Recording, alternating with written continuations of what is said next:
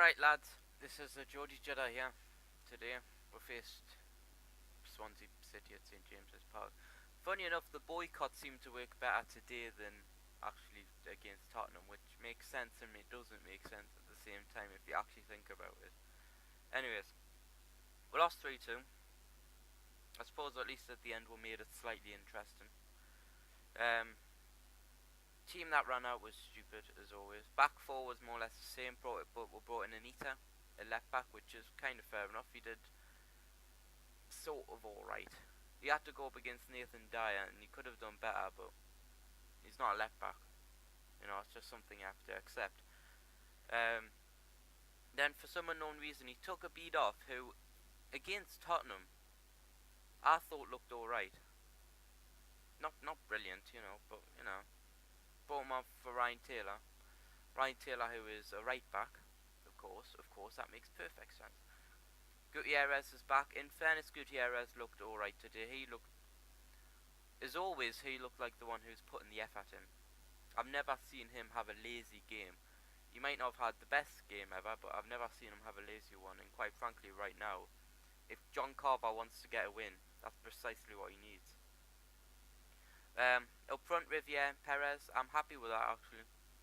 It was good to see Riviere. Riviere was probably one of the best people on the pitch.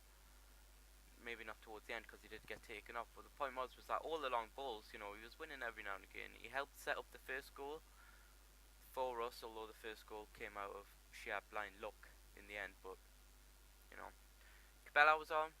I have no idea why in the end. See, I like Cabella. But in this match in particular, you saw fuck all from him. Seriously, I don't know if he was marked all the time or something, but saw nothing from Remy Cabella. He got taken off in the end, I think, for Sam de Jong. You know, it actually made sense in the end. Anyways, the first goal, we went in. It happened in the first 20 minutes. I think it was Gary Monk who said, so long as they can stem the first 20 minutes without conceding, they should have a chance, because eventually the fans will really calm down. Even though we were particularly quiet today, but eventually the fans would calm down, so that's exactly what happened. You know, Emmanuel Riviere on the left. He has a bit of pace, Riviere, for someone who's also a little bit known for his headers and a little bit taller. Beat, I think it was wasn't Montero, Cork, I think it was, to the ball. Just kept running, put in a ball. I think Fabianski saved it. No, I think Williams got in the way of it, but basically put it right back to Perez, who had followed in. Now, it looked like a fluke, and it was a fluke in a sense, but pay attention to how quickly Perez reacted. I mean, that ball was whipped in, and the deflection was whipped back across him, and he, milliseconds to react, he just went for it. 1-0, and the crowd was a bit happier, because it was nice to see finally see a fucking goal. To be honest, without Cisse, we've looked shit. We've scored 3 goals without Cisse, including that one, since Cisse got banned. So, you know, it's at least it's good to see a goal. Game went on. You know, Swansea came back into a little bit, but overall, both teams weren't calling themselves with much glory, especially up front. I mean, like really up front. Defensively, there were 1 or 2 stupid mistakes from everyone really. Williamson in particular made a pretty bad one. Luckily, nothing came of it. Then probably about 44th minute, 45th minute. Now, something that had been happening all first half was our set defending corners in particular was shit. I mean, we never won one of them. The Swansea player always won the headers, and fucking did this time, and just put it away. Simple as that. Beat Gutierrez, which, you know, isn't as big a deal. If it was Williamson, who should be winning the headers, you'd be fucking livid with Gutierrez on, but Gutierrez still should have been able to stop that. That was easy. I think it was Nelson Oliveira just kept him off. Just kept telling him off. Gutierrez just would not get in front of him. It was 1-1.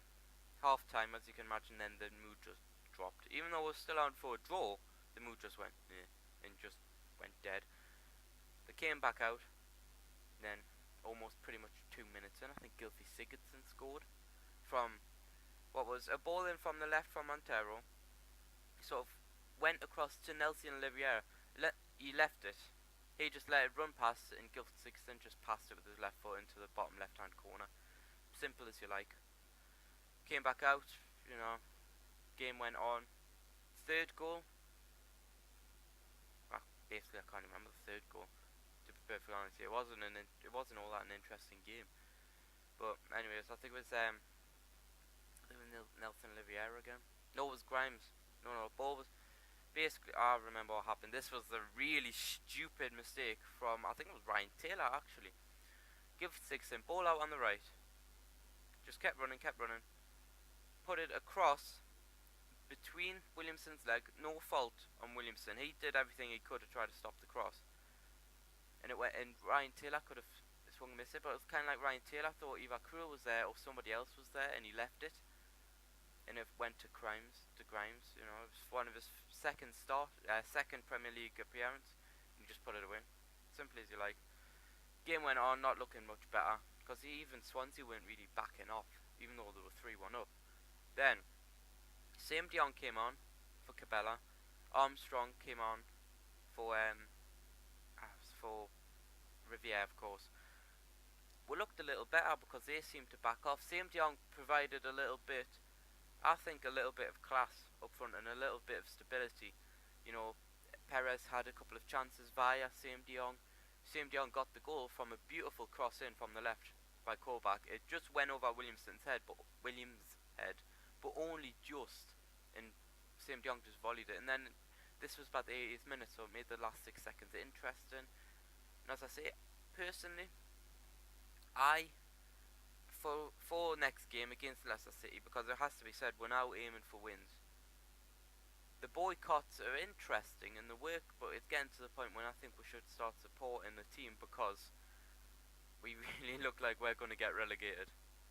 We really do, because if we lose to less than QPR, that's 3 points for them to get ahead of us.